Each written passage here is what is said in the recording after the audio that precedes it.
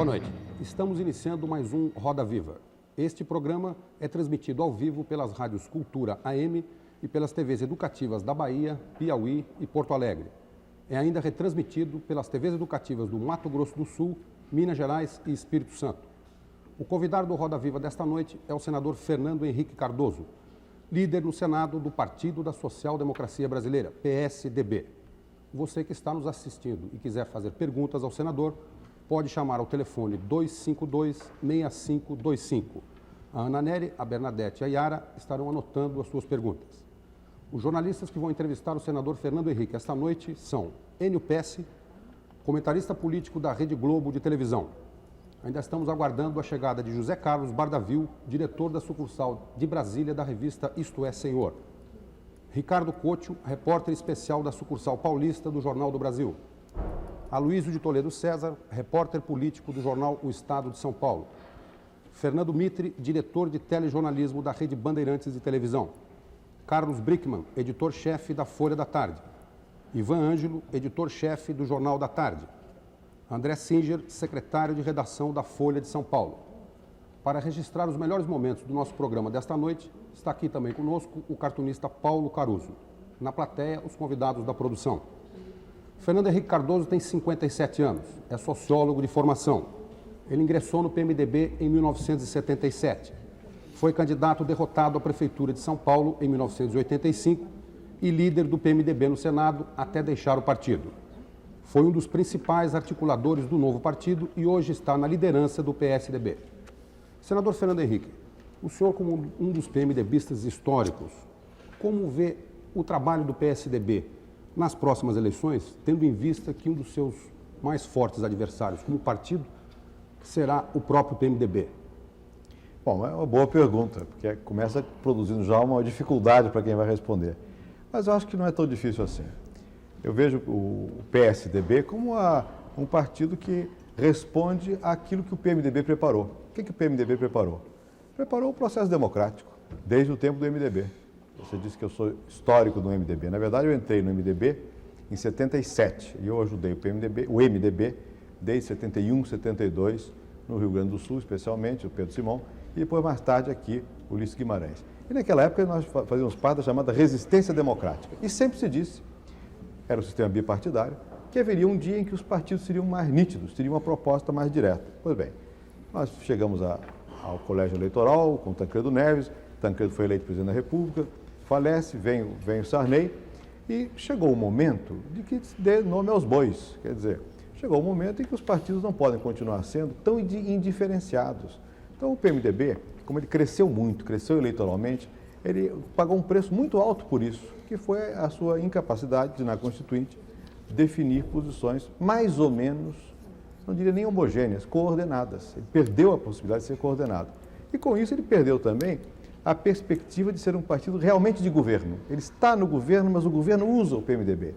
E não está governando no sentido de que as suas teses não são as teses que ele coloca à disposição do país. Então, eu acho que chegou o momento de nós termos partidos com mais nitidez. O PSDB, nesse sentido, não entra em confronto com o PMDB. O PMDB preparou o terreno para que houvesse um partido como o PSDB, que tem uma proposta mais clara, nítida, a respeito da democracia, da mudança social, da área econômica, da área cultural. Quer dizer, é um partido, não é simplesmente o resultado de uma vitória eleitoral. Pelo menos a nossa proposta. O senhor falou em inchaço, de certa forma, do PMDB. O PSDB, de certa forma, já nasce um pouco grande também, pelo menos no número de candidatos.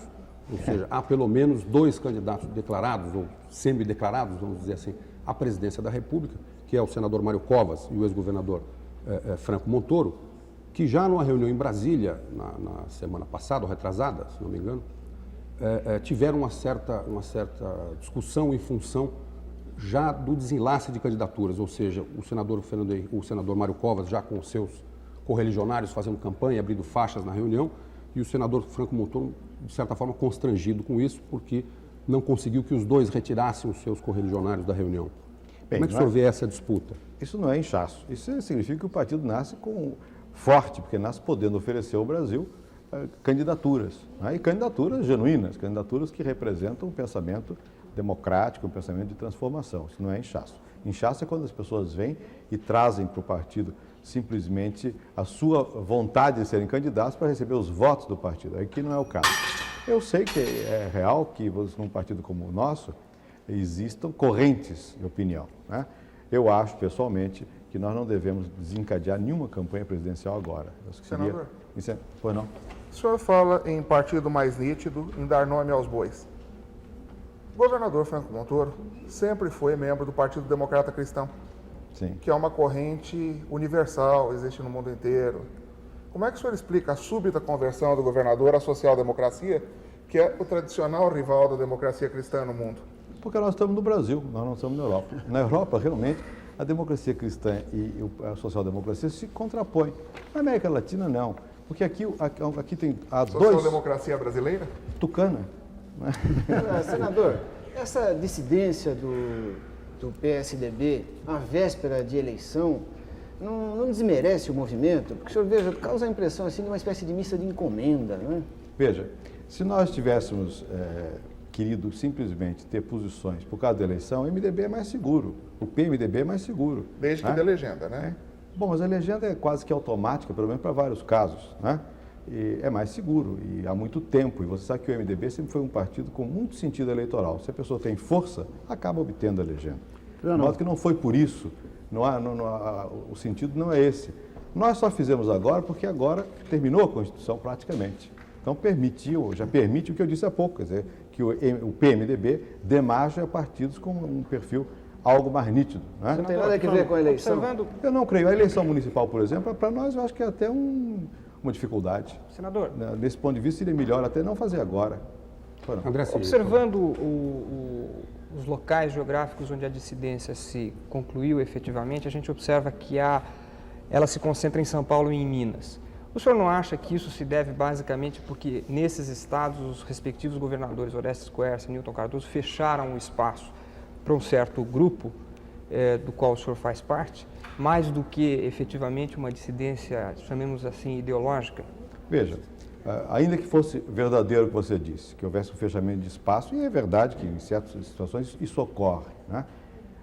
Por que essa dissidência assumir a forma de um partido com característica social-democrática? Aí não havia razão. Você pode fazer um partido de outro tipo.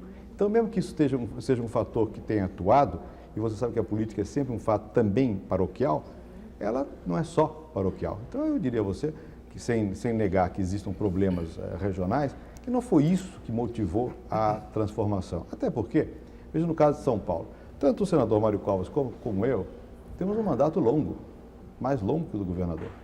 Então, a prudência indicaria que era melhor ficar, como costumam fazer os políticos tradicionais, quieto, esperando o tempo passar. Se nós não ficamos quietos esperando o tempo passar, é porque nós temos um compromisso que é mais amplo do que a questão regional, né? E devo dizer que no caso de São Paulo, o governador Quercia não foi nenhum algoz para nenhum de nós dentro do PMDB. Tiradas à parte aqui e ali, né, farpas à parte, não fez nenhuma política de perseguição, não havia esse clima aqui para justificar o porquê fazer um outro partido, que dá um trabalho danado, viu?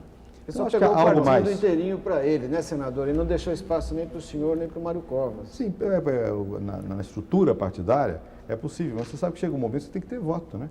E o PMDB, o Montoro foi candidato pelo MDB, quando a estrutura partidária não era dele. Porque a estrutura partidária de um partido como o MDB é basicamente voltada para a eleição.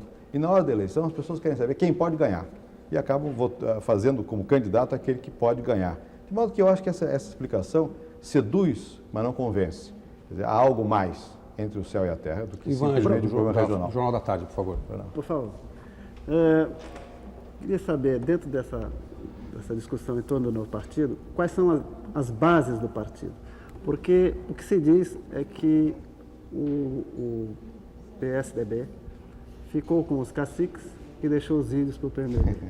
Então, quer dizer, qual é a base de trabalho, onde está sendo formada essa base eleitoral e de operacional do partido? Ivan, só, senador, por favor, pegando uma carona na pergunta do Ivan, o telespectador Antônio Alves de Almeida, da Chácara do Jardim Santo Antônio, também pergunta: o PSDB não seria constituído só por velhas raposas da política?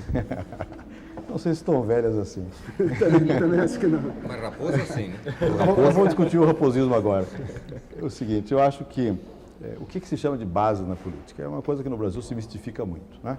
Você tem lideranças políticas, que são normalmente pessoas, simplificando, de dois tipos. Pessoas que têm um impacto popular muito grande ou grande capacidade de articulação política, ou que juntam as duas características. Não é isso? Isso é o que forma a liderança, grosso modo. Depois você tem a base popular, que, na verdade, na situação brasileira, ela é testada na eleição. Quer dizer, base tem quem tem voto. Né? Essa é a realidade, base popular. E você depois tem a estrutura do partido, que não é propriamente a base popular. Quem vai trabalhar? Que não é propriamente a base popular, que são os militantes do partido. Pois bem, no caso do novo partido, do PSDB, você tem, na verdade, pessoas que têm algum prestígio eleitoral demonstrado, né? Em vários estados, né? Tem prestígio, tem apoio, supõe-se que tem apoio da sociedade. Você tem pessoas que têm capacidade de articulação e alguns que têm capacidade também de impacto maior na população. E você teve, na formação do partido, milhares de pessoas que foram a Brasília, que são o quê? Vereadores, membros de diretório, várias pessoas dos diretórios que se juntaram a nós. Então, a base está aí. O difícil para nós estava fazer com que as bases partidárias nossas continuassem participando da vida partidária, porque estavam descrentes. Então, eu acho que, ao contrário, essas bases têm agora mais esperança. Eu sei, e por isso eu disse há pouco, que as eleições podem até ser um obstáculo, e como nós temos eleições municipais, candidatos a vereador, a prefeito, você não tem o direito de pedir que muitos companheiros que estão no PMDB e em outros partidos, mas basicamente no PMDB, que eles de repente deixem todos os seus compromissos para vir para o PSDB. Nós entendemos isso. Nós temos que passar esses meses até novembro com muita sabedoria, com muita paciência, né? Porque nós sabemos que eles depois virão. Porque eles, terminada a agrura das eleições, nós temos tempo para isso. E mais, nós precisamos criar novas bases.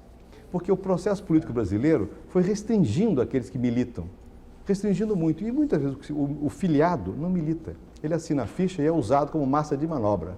Nós não queremos um partido que você venha com um caminhão de fichas.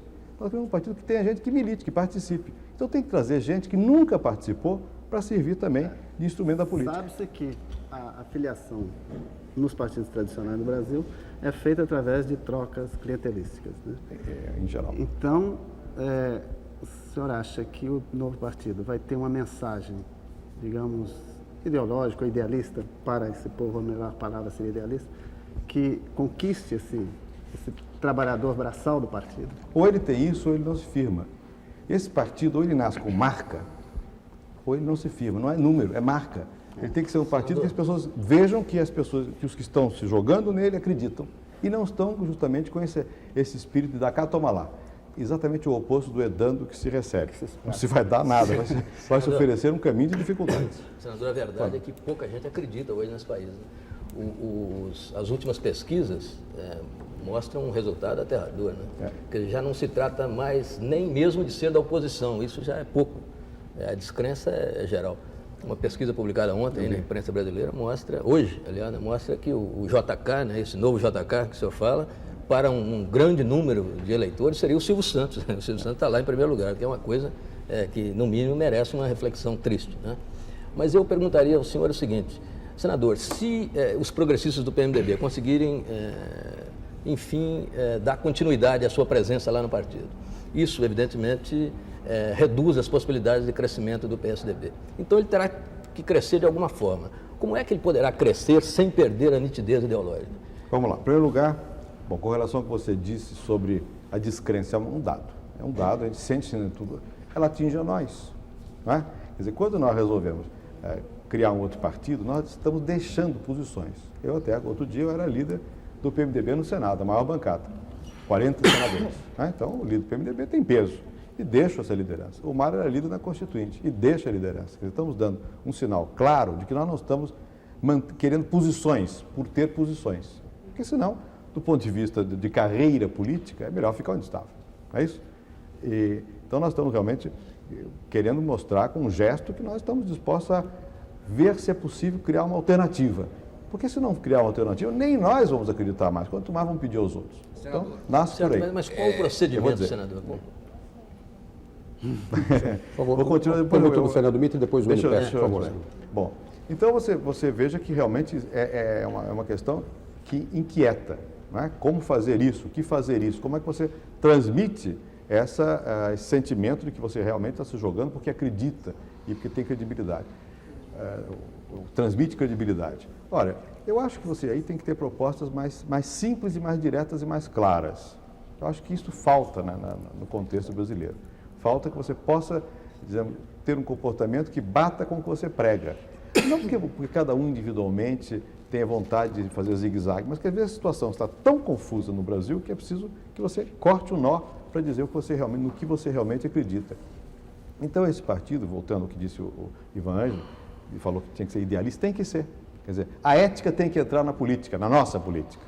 Tem que entrar na nossa política, tem que dizer não para gente que às vezes tem até muito voto, mas tem que dizer não porque não corresponde à expectativa do que nós queremos. Senador, e tem que dizer um sim muito positivo. Senhor, desculpe, eu queria um minuto só, por favor, Enio, aproveitar que o senhor está falando de dizer não. O senhor tem defendido posições anticorporativistas na Constituinte, mas, e coerentemente com isso, votou contra a anistia bancária que foi concedida recentemente. Mas, se não me engano, um deputado do seu novo partido, o PSDB, Ziza Valadares, de Minas Gerais, foi um dos patrocinadores dessa emenda, um dos 3 patrocinadores dessa emenda. O senhor não acha que aí já há uma mostra primeira de contradição? Não era o caso de ou o deputado não estar no partido ou de ele não apresentar essa emenda? Coerente com determinadas teses de modernização do Estado brasileiro? Essa emenda foi apresentada há muito tempo, antes de ele ser do partido. Em segundo lugar, essa matéria não foi suficientemente debatida e esclarecida. Muita gente votava pela anistia na convicção de que era correto. O senador Mansueto de Lavor, que não é do meu partido, do PMDB, é um homem de absoluta correção. Está convencido, eu creio que por razões absolutamente equivocadas, de que essa anistia era justa. As coisas não são tão preto e branco quando você vê o porquê da motivação. Né? Então, eu acho que é uma matéria que eu votei contra, como você disse aqui. Né? Eu nem sei quantos do PSDB votaram contra e a favor, nós não havia ainda. Mas não lhe parece uma contradição que ressoa ao antigo PMDB, que dos 3 patrocinadores da emenda seja justamente do PSDB? Mas veja, eu estou dizendo a você o porquê disso, que essa é uma matéria que muita gente pensa da seguinte maneira: ruim é o sistema bancário, que explora e tem juros muito altos. E quem nós temos agora que dar uma chance àqueles que produzem. Essa é a argumentação. Que não é uma argumentação fácil de você, no calor da briga, você mostrar que não é assim, que há outras consequências. Não é tão preto e branco. A contradição faz parte da vida política. Eu acho que nós deveríamos, enfim, cada vez mais impedir que num partido com marca, que as pessoas opinassem dessa maneira, desajustadas com aquilo que nós acreditamos que seja o certo. Mas muita gente veio me criticar por eu ser contra. Mas como é possível? Não tem cabimento. Você está defendendo os banqueiros. Eu não estava defendendo os banqueiros. Mas você veja que é uma matéria muito mais complexa do que parece. E a presença da deputada Dirce Quadros no PSDB tem chamado a atenção porque as posições defendidas pela deputada na sua campanha eleitoral certamente não foram posições de natureza social-democrática. Pelo menos não pareceram assim. Como é que o senhor explica a presença dela no partido? Não. Pelo lugar, quem podia reclamar das posições dela na campanha sou eu. Que, na verdade, na campanha de prefeitura e tudo mais. E eu acho que não se deve discutir posições das pessoas nesses termos. A deputada Dirce Quadros foi uma excelente constituinte. A vida política dela é a política que se inicia na Constituinte. E na Delfim Neto também foi um excelente constituinte. Delfim Neto, mas não votou do mesmo jeito que a Dirce Quadros, votou do lado oposto. Né? Eu não estou dizendo excelente do desempenho, mas das posições tomadas. A Dirce votava de um lado e Delfim do outro. De modo que a Tutu foi uma constituinte correta, combativa, né? Militante democrática. Em nome do quê? Impedir que uma pessoa que tem esse desempenho participe. Não tem porquê. Política você não pode fazer prejulgando. Nós não estamos aqui eu não estou aqui, pelo menos eu, para dizer esse serve, esse não serve, porque em tal momento disse isto ou aquilo. Tem que ver no percurso. E o Camilo Calazans, senador? Ele foi Camilo Calazans é a mesma coisa, não fui eu quem o trouxe para lá, mas o Camilo Calazans tem um impacto muito positivo no Nordeste e no Banco do Brasil e defendeu uma política sempre antirrecessionista. Sempre antirrecessionista. Eu perguntaria a você, nesse caso, e eu posso dizer com tranquilidade, porque eu nunca tive nada a ver com nenhum regime militar, e o Teotônio Vilela? E o Severo Gomes, que foram ministros? Não mudaram? É uma bela pergunta. Mas não mudaram? Então alguém vai ser condenado? Alguém vai ser condenado simplesmente porque num dado momento da sua vida tu votou a oposição? Mandato, essas coisas. Não é. Quem foi cassado fui eu. Quem podia reclamar eu acho que não. Eu acho que tem que ver o desempenho da pessoa, se ela mudou ou não. Porque senão a política vira uma coisa tão fácil, é uma aritmética. Quem são os bons a gente conta, Agora, quem são os senador, maus a gente conta. o É senhor estático, mentiu, mas não é o senhor político. insistiu. Senador, Apenas só um um minutinho, por favor. Apenas um Só- minutinho, só- Costello. os dois não fizeram perguntas ainda, depois eu volto a você. Pode ser? eu volto O Enio com prazer. Pesce, por favor, depois o Ricardo Couto. Senador, um partido que nasce na véspera de uma eleição, evidentemente, tem que disputá-la até por uma questão de sobrevivência. Não pode deixar de ter um candidato.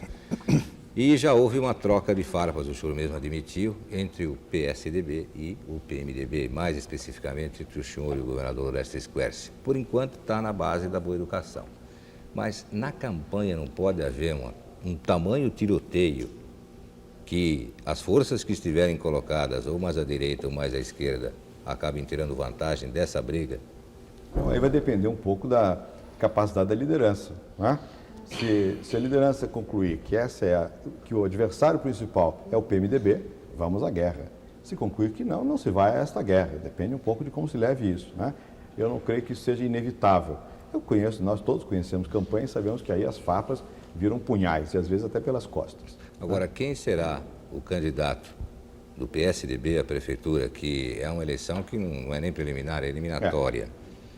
Quem?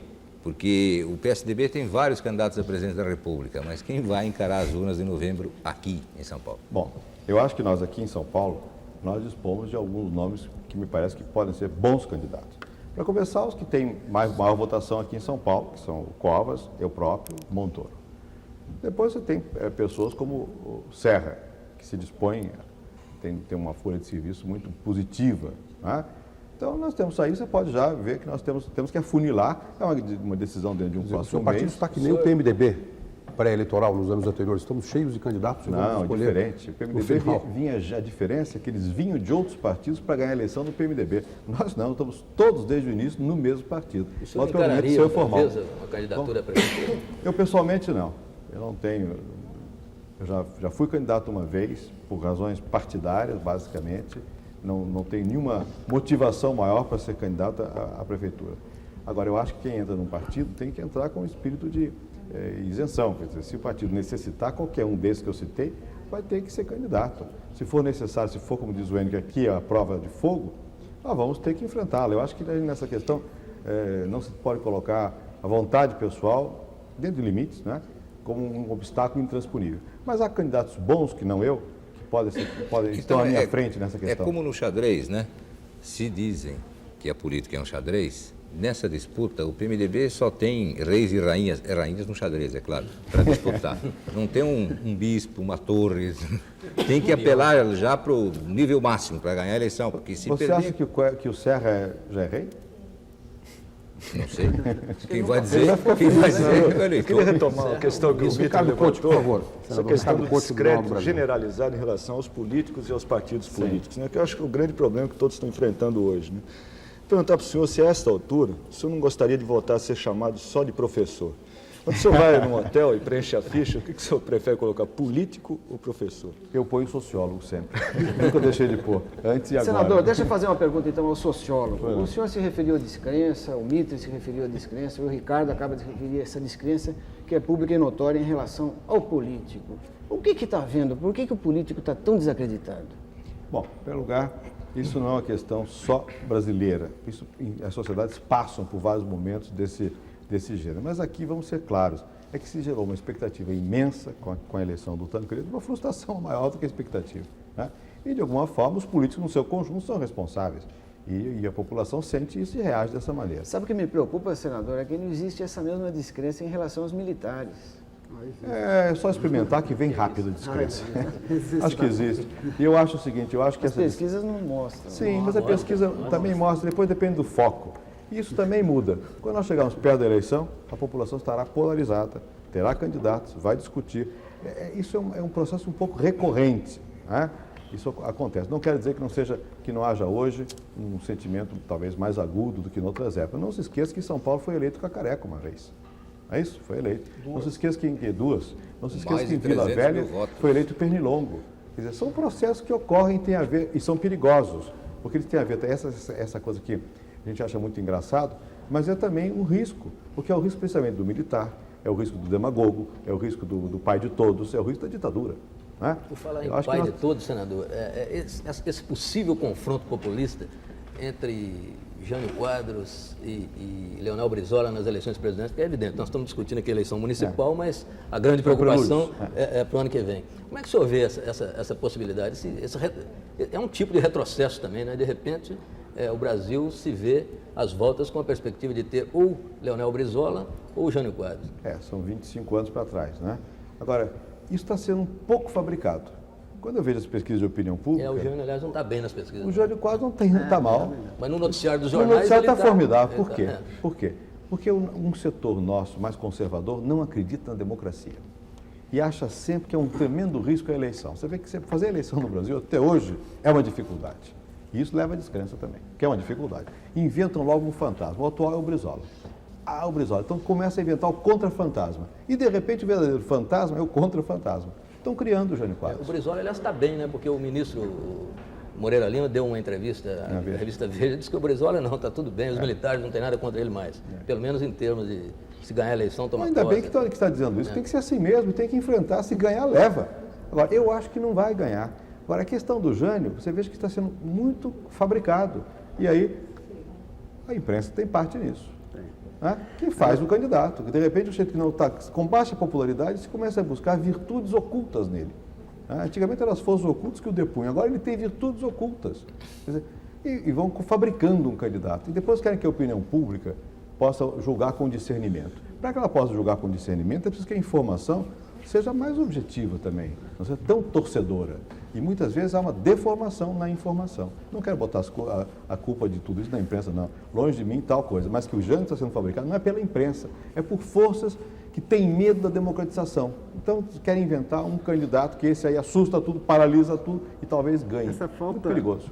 Essa descrença generalizada, o senhor, como um sociólogo, deve ter já observado e estudado a situação. Não haveria dentro disso uma espécie de falta de uma utopia, de um projeto comum, de uma palavra clara, de uma ideologia que conduza, digamos, as aspirações, que faça o país tender para um lado ou para o outro com confiança do povo? Veja você. Porque está muito individualizado. Né? Não gosto dos políticos, não gosto desse político, nem desse. Eu penso discutir a coisa na base de uma utopia. Veja você, eu dei uma entrevista recentemente à revista Veja e eu disse que o meu candidato a presidente da República seria o homem que fosse o JK atualizado. É isso? O que eu queria dizer com isso? Alguém que despertasse entusiasmo, que fosse favorável à retomada do crescimento e que tivesse um forte compromisso democrático.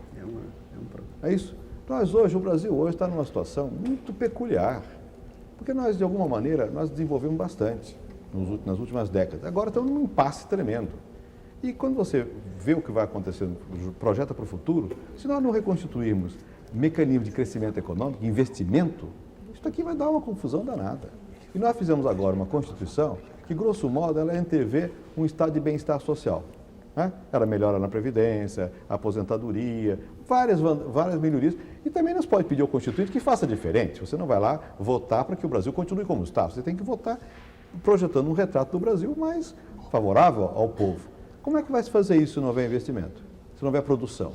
E como é que se vai fazer a produção se nós não tomarmos certas decisões fundamentais? A primeira das quais é reformar o Estado, que esse Estado está caquético. Né? Então eu acho que o que você está chamando de utopia é necessária, mas uma utopia, digamos assim, uma contradição nos termos, prática. Que as pessoas não vejam como se fosse uma coisa de poesia, como dizem aqui, de sonho, mas um sonho que possa ser realizado. Nós temos condições para isso como país. O Brasil tem hoje já uma base material e espiritual. Como geração é o problema. Né? Eu acho que esse é que é o grande problema. É por isso que eu me jogo num novo partido. Porque eu acho que você tem que ter um conteúdo utópico, se você quiser. Você diz, bom, deixa um caminho mais estabelecido para um caminho que é de incerteza. Porque é de incerteza. Né? Mas é que eu acho que nós estamos num momento que é preciso que as pessoas se comprometam com certas reformas. Né? Reformas sociais, reforma do Estado e com uma visão da vida econômica que não pode ser uma visão canhestra, uma visão passadista. O Brasil tem que se integrar na economia do mundo.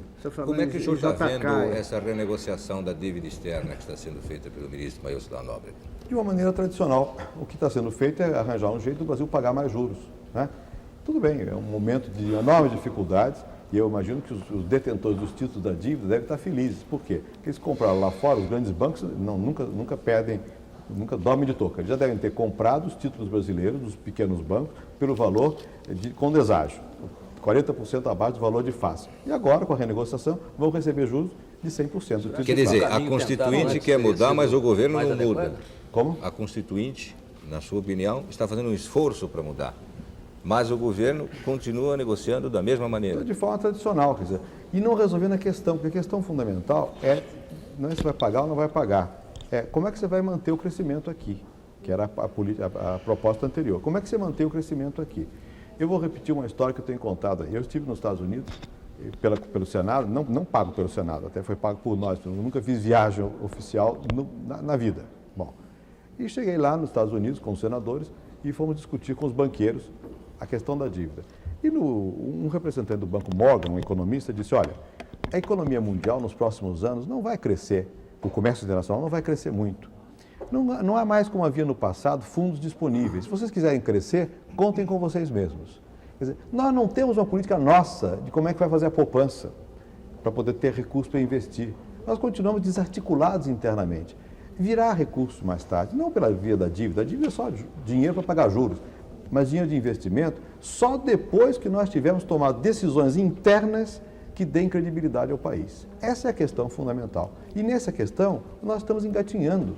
Nós não fizemos nenhum acordo, nem entre nós mesmos, sobre como é que nós vamos, nos próximos 20 anos, levar a nossa economia.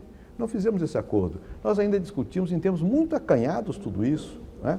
E muito mudando de direção. Você me perguntou da negociação. Eu perguntei se o caminho tentado anteriormente o agradava mais. Qual foi o caminho tentado? Um dia o presidente da República me chamou para eu tomar café de manhã com ele, 7h30 da manhã. Eu e o deputado Carlos Santana, presidente José Sarney. E nos comunicou que naquele dia ele ia fazer a moratória. E pediu que nós comunicássemos aos líderes dos demais partidos e pedíssemos apoio para a moratória. Eu perguntei ao presidente por que ele ia fazer aquilo. Ele disse, porque as reservas estão muito baixas, chegaram a um nível insuportável. Eu perguntei, e as consequências foram me dizer, entramos em detalhes de negociação. O presidente disse, não, eu já queria ter feito a moratória há mais tempo.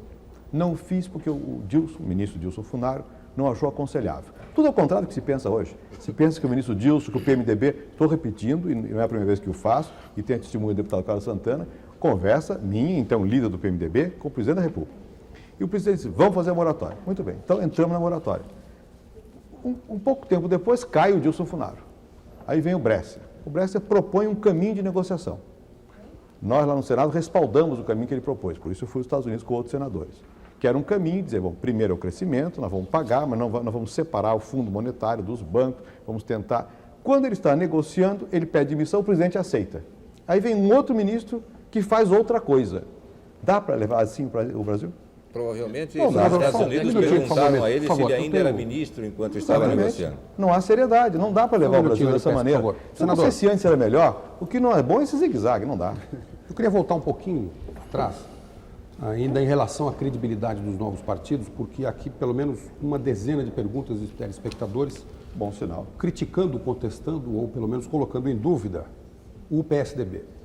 É o Paulo Eleutério de Osasco, Rude Eugênio do Paraíso, Norivaldo Krambeck Júnior da Aclimação, Lourdes Ribeiro de Guaratinguetá, João Carlos Pires de Tuverava, Roseli Passalacqua de Mirandópolis e Ítalo Belloni de Perdizes. A pergunta pode ser mais ou menos sintetizada pelo João Carlos Pires de Tuverava. Ele pergunta qual é a parcela de culpa dos tucanos no atual quadro econômico e social do país, já que na época da implantação do Plano Cruzado foi o PMDB de então que decidiu tal política.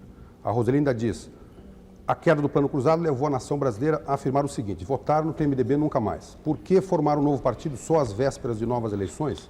Medo de perdê-las? Até onde o senhor se considera beneficiado pelo estelionato eleitoral de 1986? Pergunta o Norivaldo Krambeck Júnior. E o Ítalo Belloni, inclusive, já fez uma certa confusão com o símbolo do novo partido, dizendo que será que o pelicano não vai ser o símbolo dos que vão continuar metendo o bico na cumbuca? Vamos lá. Você vê, isso é um sinal, às vezes, da preocupação, às vezes da desinformação, às vezes da descrença, tudo junto. Você vê como é difícil a tal de política, né? Mas vamos tentar ir a um por uma das coisas. Questão do plano cruzado. Né? Eu acabei de dar um exemplo de como é que foi a questão da moratória, que o PMDB tem as costas largas, mas não é só ele. Né? O plano cruzado foi uma tentativa feita de, naquele momento, dar uma saída para a situação econômica do Brasil. Que no início deu certo. O que atrapalhou o plano cruzado? Foi a persistência além do limite do congelamento. Essa persistência foi o PMDB? Não sei. Pelo depoimento já escrito até de dois jornalistas pelo menos, não foi bem assim. É mais complexo do que isso. É mais complexo do que isso.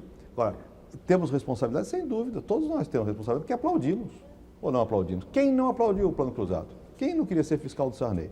Agora, até um certo ponto. Depois daquele ponto, houve divisões. Houve opiniões Mas esse ponto, diferentes. senador, só ocorreu depois das eleições? Não, em novembro? ele ocorreu antes. Em julho, em Carajás, os ministros do PMDB disseram ao presidente que ele não podia continuar sem ajustar o cruzado. Não, mas eu digo Mas foi depois publicamente. disso. Foi depois Ninguém disso na que o campanha PMDB eleitoral mencionou o fato de que o plano cruzado já tinha sido um fracasso. Alguns na e campanha precisava ser eleitoral montaram o plano alterado. cruzado. Que eu saiba, eu não montei no plano cruzado. Eu não pedi para laçar boi no campo. Até tive uma discussão no programa do Mino Carta, em que se discutia essa questão, e fiquei numa posição meio estranha, porque eu concordei com os argumentos do candidato ao Senado, chamado Fernando Vergueiro, que é ele pecuarista, enfim, ligado à produção agrária, que deu um argumento racional que me parecia razoável, eu concordei. Então, nem todos entraram nesta onda. Agora, o que não quer dizer que em geral, o país inteiro não tenha aplaudido o cruzado. Outra questão relativa a essa questão do estelionato eleitoral. O estelionato que houve foi outro. É normal que as pessoas que estão apoiando uma política, quando essa política vai bem, que elas tenham voto. No mundo inteiro é assim. Ou como é que vai ser? Mas, senador, a política já ia mal, aí que está. Mas a população não sentia Ainda assim. não sabia. Tudo bem, mas nem os políticos os políticos sabiam. Depois da reunião de Carajás, todo mundo sabia. Os técnicos sabiam. E o Todo mundo PMDB sabia também. Os técnicos sabiam. Mas veja, Os técnicos não eram do PMDB, senador? Alguns eram, e sabiam e diziam, alguns outros não diziam. Como a mesma questão que foi perguntada agora. Se tudo fosse preto e branco. Todo mundo aplaudiu. Houve uma exceção, O Brizola, que hoje está faturando tudo em cima bem. disso. Houve uma exceção que foi o Brizola. No início, quando ele estava errado. Como é feito? Ele estava errado. Naquele momento foi certo fazer aquilo. A dificuldade foi a manutenção do cruzado depois de certa altura. Mas o que foi o estelionato eleitoral? Não foi o fato de ter votos a partir da defesa daquela política. Foi o estelionato real, foi quando nós ganhamos as eleições e não levamos. Ou seja, o presidente da República, ao invés de ajustar o seu governo ao resultado das urnas, ele entregou ao governo mais ainda àqueles que haviam perdido as eleições. Nomeou o ministro de Santa Catarina, que não era do PMDB, e onde tinha perdido a eleição. Na Bahia, sufocou o governador Valdir Pires, nomeando uma porção de gente ou fortalecendo gente que era contra ele. O estelionato verdadeiro não é o estelionato havido, não é a questão de ter recebido voto, é do voto não ter sido respeitado. Onde o PMDB errou, a meu ver, foi em outra coisa. Foi em não ter gritado mais, pelo fato do presidente ter... Então, senador, justamente por isso, o presidente da República fez isso desde o começo, ou seja, foram quase 2 anos, ou 1 ano e meio até as eleições. Não, até lá foi um pouco diferente, não foi bem assim não. No início ele herdou um ministério que foi do Tancredo.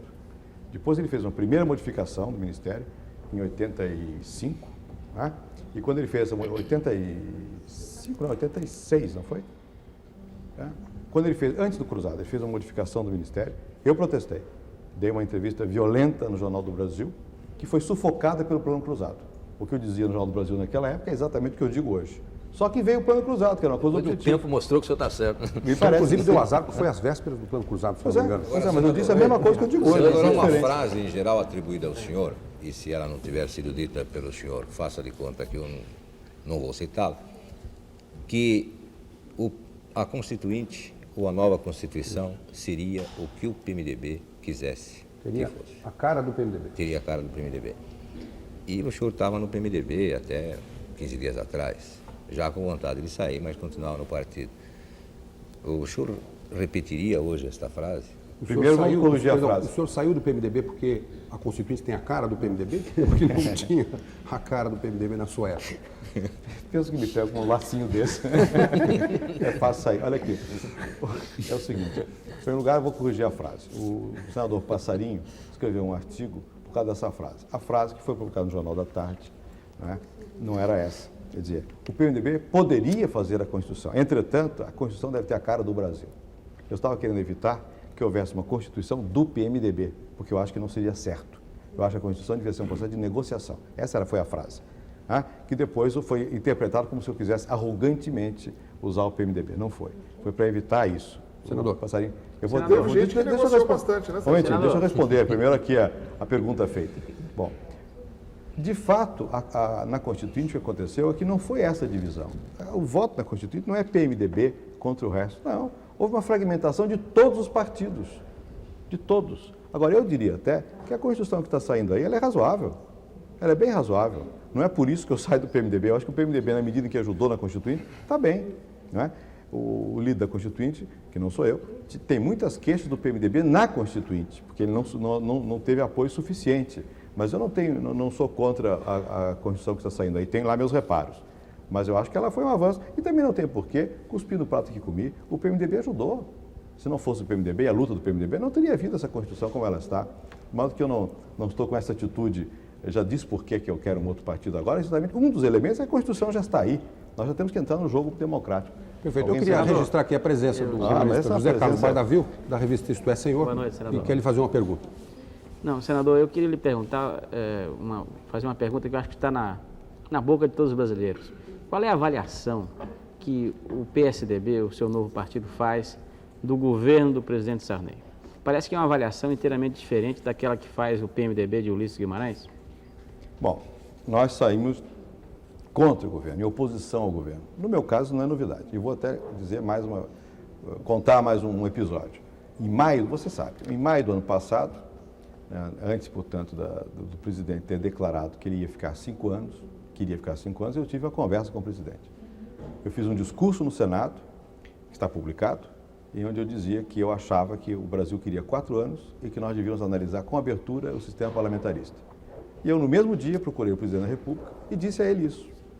A reação não foi das mais cordatas ao que eu disse. Né? Certamente. Não foi das mais cordatas, mas eu disse a ele claramente que ele devia ser o chefe da transição e não disputar a briga no cotidiano para ganhar mais um ano de... Mas essa foi a razão fundamental que levou os senhores a saírem do PMDB e a formarem um novo partido? Bom, isso vem vindo junto, né? Vem nesse processo. Agora, a questão com relação ao governo Sarney vem daí. Para começar, eu acho que o presidente Sarney ele abriu mão do papel histórico que tinha, que é de fundar um sistema novo e democrático, para ser um presidente rotineiro que luta para ficar mais um ano, para que não sei. Agora, esse para que não sei que atrapalha, porque realmente não se sabe por que ele quis tanto ficar mais um ano. Para mudar o quê? Para propor o quê? Tirando a parte internacional, onde realmente o presidente tem tido uma atitude mais ativa, diz que até foi negociar agora lá com a China, o desenvolvimento tecnológico do Brasil, não sei se é isso, mas tirando esse empenho internacional, aqui dentro, o que ele mudou? Quando ele assumiu o governo, depois que o Tancredo morreu, ele disse a mim também, ele disse, olha, isso aqui mas não há segmento, se dá uma ordem aqui, não tem quem siga essa ordem, é uma desordem no Estado. E era. O que ele fez? Qual foi a reforma administrativa que ele fez? Qual foi a mudança que ele provocou? Então, a minha visão é essa, eu acho que o presidente Sarney perdeu uma chance histórica. E essa chance histórica foi maior quando, depois do cruzado, o país todo estava com ele e ele não tomou algumas medidas que devia ter tomado, que agora está tentando tomar, depois de ser tarde já no plano econômico. Então, eu acho que a minha discordância é muito grande. A avaliação, então, é inteiramente negativa? Não diria que inteiramente, porque não é do meu feitio. Eu já disse que ele se mexeu na área internacional, né? E há uma coisa que não foi o presidente, mas liberdade nós temos hoje. Meu mote é o seguinte, liberdade nós temos, que nós não temos a democracia, que é diferente, que é a institucionalização das regras do jogo. Até hoje, para saber se vai ter eleição municipal ou não, é uma dificuldade. Saber se tem 2 turnos ou não, é uma dificuldade. Quer dizer, as regras não estão institucionalizadas. Esse partido, a meu ver, tem que ser um partido da institucionalização da democracia. Diferente de outros, há um outro partido simpático, que aqui despertou muito interesse em São Paulo, que foi o PT. Mas o PT nunca foi um partido preocupado com a construção da instituição. Ele sempre foi muito mais preocupado com o movimento, com colocar temas novos. Nós temos que ser um partido que está preocupado em construir regras. Regras que como é que você vai fazer funcionar essa Constituição que aí está para melhorar o bem-estar da população. Regras que definam a democracia. Então, e tem um espaço no Brasil. Né? Então, quando me pergunto, saiu por isso, por aquilo, saiu por muitas razões, entre outras essas que eu estou dizendo aqui, que são de nítido conteúdo doutrinário, são uma questão de posição política e não simplesmente uma questão de ter mais espaço, menos espaço. Porque espaço em política a gente pode criar. Por favor, nós precisamos fazer agora um rápido intervalo e voltamos em seguida com o Roda Viva. Até já.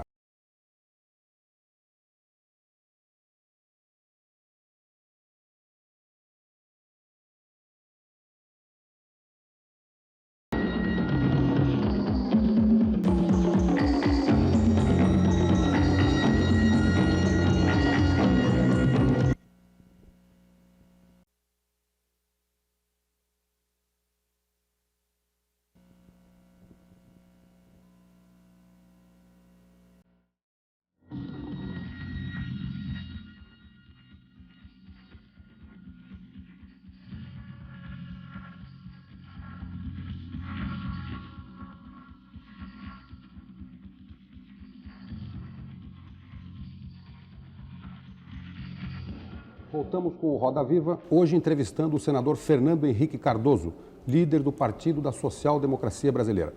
Senador, no segmento anterior o senhor mencionou a postura do PSDB de não analisar casos pessoais de quem quer participar do partido ou que atitudes teve durante os trabalhos da Constituinte.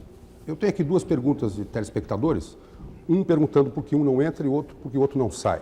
Então, Rui Espírito Santo da Vila Madalena pergunta em relação a Sandra Cavalcante, por que ela foi recusada no PSDB. E o Horácio Teixeira, do centro da cidade, pergunta o que o senhor acha do autor da emenda que criou o Trem da Alegria dos Cartórios, o deputado Antônio Perosa, do PSDB. Vamos lá. Em primeiro lugar, eu não disse que nós não devíamos analisar a vida política das pessoas, ao Não, contrário. de questão pessoal. O que eu acho é que na política você tem transformações. As pessoas se transformam, senão não há como fazer política. Agora, no caso da deputada Sandra Cavalcante, a deputada Sandra Cavalcante teve um desempenho na Constituinte, a meu ver, normalmente bom. Né? Algumas pessoas objetam a ela na questão dos costumes, que ela é mais conservadora, mas politicamente ela teve posições muito boas na Constituinte, é uma deputada combativa. Né? Ela não entrou porque ela vai estar no PFL até, segundo a expressão dela, ajudar a implosão do PFL. Agora, o momento de entrada, uma pessoa com uma personalidade tão forte, tão marcante da Sandra Cavalcante, não pode ser definido por nós, tem que ser definido pelo Rio. Eu hoje acabei de conversar pelo telefone com o senador Afonso Arinos, que vai ser o presidente do nosso partido no Rio, né? Juntamente com o Arthur da Távola, o Paulo Alberto, que é o provável candidato nosso à prefeitura. Mas do que eu acho que eles é que vão encaminhar essa questão no momento adequado. Eu não acho que se deva fazer nenhum veto nesse caso. Entendo, por causa da presença da Sandra e também por causa de toda a história política dela, que os companheiros no Rio vão ter que avaliar o momento, as condições, as consequências, mas eu acho que o desempenho dela na Constituinte foi um desempenho absolutamente de uma pessoa correta na sua postura e defendeu teses que são as teses, em geral, as teses da reforma no Brasil. Reforma social, reforma de política, etc. Portanto, nada nesse sentido. Agora, eu não posso esquecer que ela tem símbolo, ela simboliza uma política lá no Rio, lacerdista e tal, tem que ver como é que isso é digerido pelo Rio. Com relação ao deputado Perosa, ele acabou por retirar essa emenda. Né? Essa emenda não passou. Eu mesmo conversei com ele, era um compromisso dele de campanha, com um deputado, um ex-deputado, mas ele acabou retirando essa proposta, porque ela não era adequada, de modo que é um caso menor. O André Sinja queria lhe fazer uma pergunta, por favor. Senador, um jornal conservador do meio militar no Rio de Janeiro começou a circular hoje, divulgou uma informação que o senhor estaria comprando uma fazenda de 1.000 hectares em Brasília. Isso é verdade? Já é a terceira vez que me pergunto isso hoje. Veja você que eu não posso nem comprar uma chácara mais. E vem um agregado de que então eu iria entrar para a UDR. Você vê que esse país é um país tosco, né? E eu estou louco para arranjar uma chácara para mim em Brasília, um sítio, é verdade. Eu quero arranjar um sítio para poder descansar, como eu tenho aqui perto o Ibiú, né? E no momento que eu tiver, está convidado a ir lá. Mas não vejo nenhum... Qual é o pecado nisso? Senador, da UDR, fora do ar. Ricardo Couto, depois eu volto. Senador, queria levantar um tema que certamente vai ser muito discutido na próxima campanha eleitoral. Eu podia fazer uma prévia aqui. Queria saber, uma pergunta bem objetiva, o que o senhor faria nos casos da corretora Banesp e da Raspadinha se estivesse no lugar do governador Orestes Quercia, que foi um dos temas da sua divergência com ele?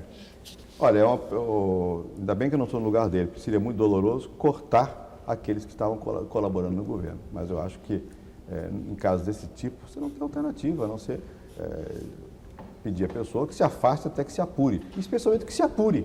Porque eu não sei, de repente a pessoa é acusada e não é justo. Né? Não cabe a mim julgar de antemão. Agora, o que não pode é passar a mão pela cabeça e dar a impressão de que não houve nada. Porque a opinião pública dizendo, deve ter havido comedeira aí. E aí aquela pergunta que fizeram, será que esses também são pelicanos, vão comer por isso? Não foi um almoço de desagravo, um jantar de desagravo? O senador Mário Covas foi e está convencido de que o presidente lá da Caixa Econômica não tem nada a ver, que é um homem que ele conhece, ele acha que não tem nada a ver. Eu não sei se tem ou não tem. Eu estou dizendo, se fosse governador, eu acho que mais importante do que demitir alguém... passando a mão na cabeça antes Mas ele está convencido que está certo. Eu acho que você tem que apurar. Né? E aqui nós temos que nos acostumar no Brasil, primeiro, não jogar pedra antes da hora. E segundo, também não abrir um guarda-chuva que impeça que a pedra caia, se for verdade que tem alguma coisa a pagar. Senador, as duas posições estão erradas. Eu acho que tem que apurar. E se for certo, tira. Agora, o que não pode é dar essa sensação que dá para a opinião pública de que realmente está havendo uma coisa errada. Olha, na medida que não se apura, em que você vê que há processos que você não chega ao fim, como na Comissão da Corrupção, que toda hora há pressões, vem uma ameaça que vai fazer chantagem, que não sei o quê, evidentemente você aí está realmente, dá a impressão que está encobrindo coisas. Eu sou contra Luiz isso. Toledo César, por favor. Eu gostaria, dentro dessa linha de raspadinha que o Ricardo Couto mencionou, e do caso Banespa também, gostaria de saber que avaliação o PSDB faz do governo de Orestes Quercia. Só gostaria de dizer um pormenor ao senhor. Outro dia, no interior de Pernambuco, eu ligo a televisão, aparece o Orestes Quercia fazendo propaganda do governo dele. E é evidente que essa propaganda, quem está custeando não é o governador Orestes Quercia, somos nós. Enfim, que ideia tem o seu partido desse governo? Eu não posso falar pelo meu partido, que não analisamos esse governo. Posso falar por mim. Em primeiro lugar, essa questão da propaganda. Eu acho que é abusiva. Eu acho que nada justifica essa propaganda tão pesada e nós criticamos tanto do governo Maluf. Tá? Eu sei que isso tem efeito, e o efeito se mede nas pesquisas de opinião pública, mas eu acho que o fato de isso ter efeito não apaga a dificuldade de eu aceitar que se gaste dinheiro do contribuinte com propaganda de governo. Eu acho que não... Inclusive, eu votei na Constituição, infelizmente não passou, proibindo esse tipo de propaganda. Eu acho que a propaganda se faz nos programas desse tipo. Você discute, faz o governador aqui, se ele fez ou não fez. Em segundo lugar, com relação ao governo Quercia, que eu não, durante muito tempo, eu nem critiquei, porque como eu estava afastado e ele ganhou as eleições, a gente tem que respeitar a vontade popular, vamos dar tempo para que ele faça a sua obra. Hoje eu acho que essa obra, me parece que ela não é inovadora. E eu acho que essa é outra das diferenças com relação ao PMDB. Eu acho que quem está na política, como é o meu caso, porque acredita que é preciso modificar as coisas, ou você modifica as coisas ou não se justifica. Eu não vejo que tenha havido um avanço muito grande na administração atual com respeito às administrações passadas. Em muitas coisas não houve nem sequer esse avanço. Na descentralização, me parece que tem havido avanço. Né? Na educação houve alguma tentativa, mas é um problema dramático que não se vai para adiante. Na saúde, o que tem, o que vem de fora, é o SUDES, que é um programa do governo federal. Eu não vejo que seja uma administração inovadora, né? Na prática. E essa prática da propaganda é uma prática antiga. Então, a minha opinião é essa. Eu tenho minhas reservas em função disso que estou dizendo. O governo está começando, não quero ter juízos categóricos, de repente pode até dar certo. Um ano e pouco, faltam 4 anos, 3 anos. Né? Eu quero dar... Você vê que eu sou benevolente, eu não sou Ferrabras, mesmo com os meus adversários. Mas, obviamente, não é uma administração que me entusiasme. E nesse aspecto da propaganda, eu repito, eu acho que estamos voltando a práticas que nós condenamos profundamente no passado e eu continuo condenando. O senhor não votaria no Orestes Quercia para presidente da República? Eu não votaria. Eu votaria nele para governador hoje? Se fosse Quercia, Olha, eu vou fazer uma pergunta mais precisa. Votou nele para governador? Votei, ele é do meu partido. Sim, não, que ele é do seu partido a gente sabe. Eu acho que nessas coisas nós temos que ter... Você não pode ter, em política, você tem que ter uma posição publicamente defensável. Você não pode... não era o candidato da minha preferência, também isso é sabido. Né? Não era nem candidato a vice-governador da minha preferência. Eu queria o Covas naquela época e lutei muito para que fosse o Covas. Agora, você está no partido, o partido toma uma decisão, ou você sai do partido ou você acompanha a decisão. Né? Eu não só votei, como eu fiz campanha. O senhor votaria nele? O senhor não respondeu, desculpe. Eu disse que não para presidente da República, não. Se fosse Não, para governador. Quercia e Jânio Quercia, eu votaria em branco. Aí que está, tem um momento que eu ia prosseguir na minha resposta, porque em política às vezes a diferença entre a posição do político e a posição do ser que está fora da política. Você pode dizer, eu não voto nesse em nenhuma circunstância. Na política a circunstância pesa. Se fosse Quercia e Jânio, por exemplo. Votaria em branco? Não, eu não votaria em branco, eu votaria no Quercia. Toda a história dele, a ligação dele com... Mas se tivesse o Brizola, Jânio o senhor tá talvez votasse. Aí já eu teria O dúvidas. Jânio está com melhor popularidade do que o Quercia. Sim, mas a popularidade não é o que move a ética. Senador, por favor, Senador, nós gravamos por só um favor. pouquinho, por favor, Já que só vereador. para concluir Nós gravamos esse- uma pergunta com o arcebispo de São Paulo, Dom Paulo Evaristo Arnes, e eu queria que o senhor assistisse por um daqueles monitores e respondesse, por favor. Fernando Henrique, nós trabalhamos juntos mais de 10 anos. E eu tenho muita fé na sua análise. Mas diga, qual é a principal tarefa do próximo presidente da República? Dívida externa, dívida interna e o que mais? Faça uma análise boa. Bom, eu acho o seguinte, a questão da dívida externa, ela condiciona uma porção de processos que condiciona o crescimento da economia brasileira. Então, essa é uma tarefa permanente. A interna é consequência, em larga medida, da dívida externa e hoje da falência do Estado. Aliás, é uma situação, Dom Paulo, muito complicada no Brasil. Dizem que as empresas estão capitalizadas. Estão, mas estão capitalizadas com papéis do governo, que emite mais papéis para poder ser responsável pelos que já emitiu. Nós estamos aqui no encilhamento, como se dizia antigamente. Então, o governo teria de enfrentar esse problema. Mas eu vou repetir o que disse aqui. Ou o governo reforma a administração e tem um compromisso com o povo, um compromisso social, ou esse governo vai desiludir de novo.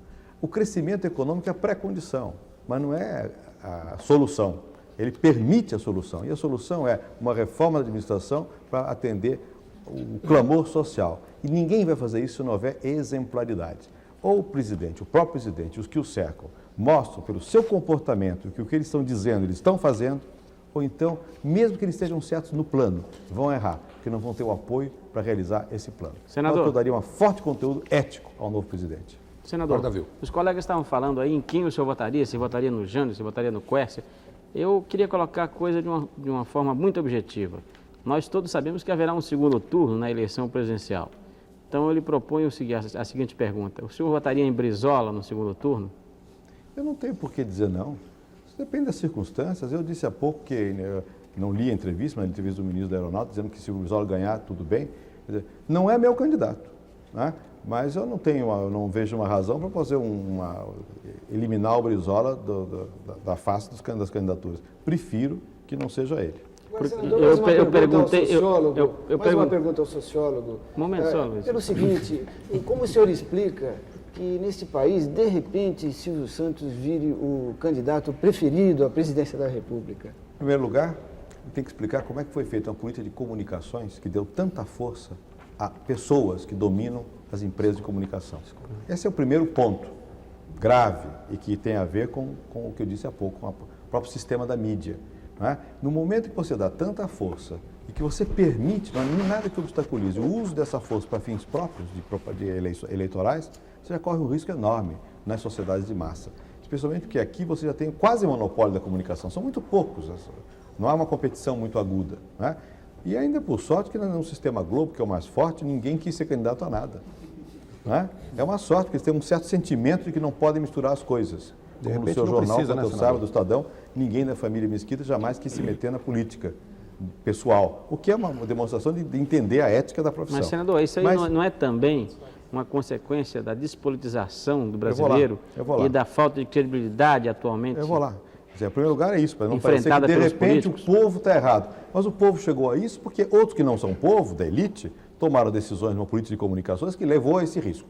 Né? E quando foi dada uma cadeia para certo tipo de pessoas, foi precisamente para que o povo tivesse divertimento. Esqueceram que o divertimento vira outra coisa. Numa conjuntura, como que diz o Bardavil, que é uma conjuntura em que você tem descrença e que você tem também uma sistemática tentativa de fazer crer para a opinião pública que todos são iguais. Eu, muitas vezes eu até quase me irrito com certas perguntas que são feitas no cotidiano da imprensa, porque no fundo o que está por trás vamos mostrar que esse aí também é igual a todos. O pressuposto é que são todos iguais, estão todos comendo o mesmo coxo. Isso é muito mal. Porque quando você não se distingue, em nome da objetividade, em nome de que se tem uma justiça que são aqueles que fazem a pergunta, você está levando a população à crença de que não há separação. Então a população diz, todo lado eu só vejo malandragem. Então, vamos lá, voto no pernilongo. Senador, essa penetração do Silvio Santos, ela é duradoura, é definitiva, não é passageira? Que não é ideia duradoura, não. Nem mesmo na campanha, porque a campanha muda as coisas. Sei lá como ele é, não sei se o Silvio Santos, de repente, ele tem um bom desempenho, aí tudo bem, não foi o animador, foi o político, mas isso muda. Isso eu não tenho essa convicção. Mas, senador, que é uma coisa, que é um sentimento... Ele não é conhecido, quer dizer, essa popularidade vem do comunicador que ele é. Exatamente. Agora, os políticos conhecidos estão sofrendo um grau de rejeição enorme. Então, pode-se mudar a situação do Silvio Santos, quando ele se tornar um político conhecido. Mas como mudar a situação dos políticos conhecidos que estão sofrendo essa rejeição? Veja você, eu acho que alguns deles estão sofrendo uma rejeição imensa, eu até diria que injusta, mas enfim, estão sofrendo essa rejeição porque estão ligados à ideia de Estado, governo. Nós voltamos à situação do regime militar desse aspecto. Ou seja, o povo é uma coisa, o poder é outra. Isso é dramático, porque isso não faz democracia, isso faz o ódio ao governo, o desprezo depois das elites, o povo erra sempre. Mas nós vivemos uma situação pior. O povo é uma coisa e os políticos são outra, não é o governo. Mas o governo vai junto. O governo vai junto, e mais ainda, também. Sim, mas os políticos estão contaminados pela ideia de governo. Né? Pega um homem como Ulisses Guimarães, que tem uma folha de serviço imensa, é um dos mais rejeitados. Por quê? Porque está identificado com o governo. Né? Identificado ou identificou-se? Eu acho que se identificou, se deixou identificar. Então, não tem remédio assim, imediato para isso. Qual é o remédio? Nós estamos tentando, e vários estão tentando. Não é só o PSDB, tem vários, e mesmo do PMDB. Agora, é preciso que haja um espaço de, de singelidade, singelo, de crença, senão não vai. A mudança de sigla aí pode ser muito importante, né? Pelo menos em termos de comunicação. Eu acho que sim. Senador, tem uma coisa curiosa aí, que a gente segue o pensamento de certos líderes. Nós não podemos conhecer, nós, povo, jornalistas, a gente não conhece todo mundo. Então, aparece, alguém acredita no Lula. O Lula diz que fulano é bom, a gente acredita nele, ou outro. Eu me sei que quando o senador Fernando Henrique era presidente do PMDB paulista, o governador Franco Montoro era governador do estado, Mário Covas era prefeito da cidade, eles nos disseram que o Quércia era ótimo e deixaram ele tomar o controle do partido. Você tem alguma frase minha dizendo isso? Não.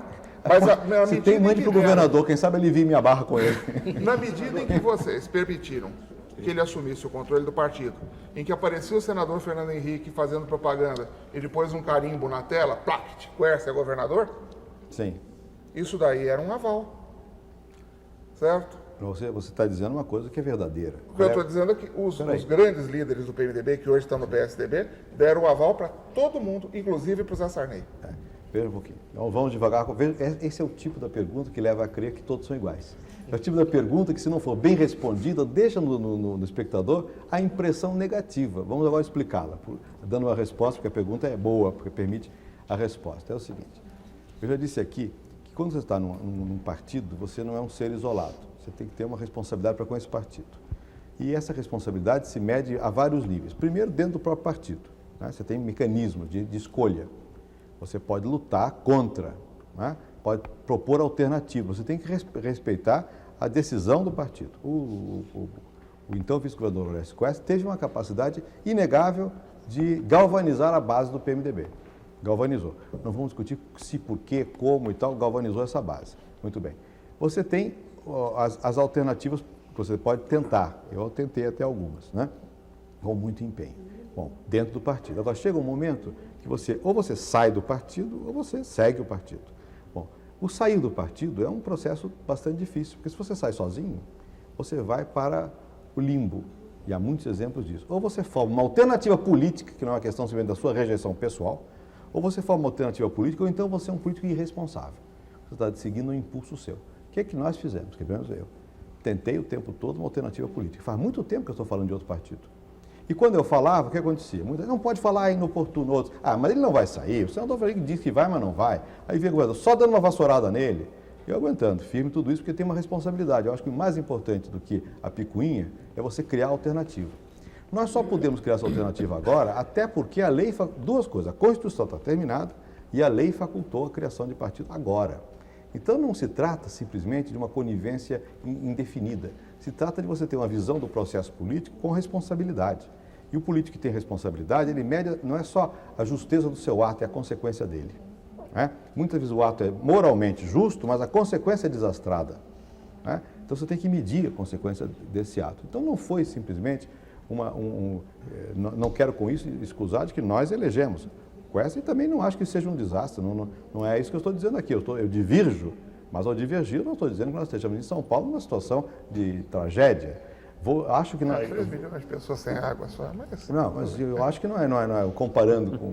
Você tem que comparar com alternativas sempre, né? E a alternativa mais próxima que se colocou aqui foi do Antônio Hermílio, se embrulhou na campanha. Né? Se embrulhou na campanha. O que eu posso fazer? O senhor votaria hoje no Antônio Hermílio em lugar do. Depende da campanha dele, depende do compromisso dele, né? Naquela época eu tentei anteriormente que o PMDB tivesse como candidato o próprio Antônio Hermílio, o Roberto Guzmão sabe disso. Né? Senador, Olavo Setúbal atropelou o processo. Senador, por falar em Antônio Hermílio, senador, só um minuto, só porque Antônio Hermílio, Ricardo Couto. falar em Antônio Hermílio, o senador Montoro fez um convite ao empresário Antônio Hermílio para que ele fosse o candidato do PSDB às próximas eleições de prefeito. Que resposta teve esse convite e o senhor viu esse convite com bons olhos também? Olha, eu não sei se o governador Montoro fez esse convite. Ele conversou com o Antônio Hermílio e ninguém pode convidar ninguém num partido que está em formação para ser candidato. Já seria um erro político muito grave, você já estaria desrespeitando o conjunto do partido.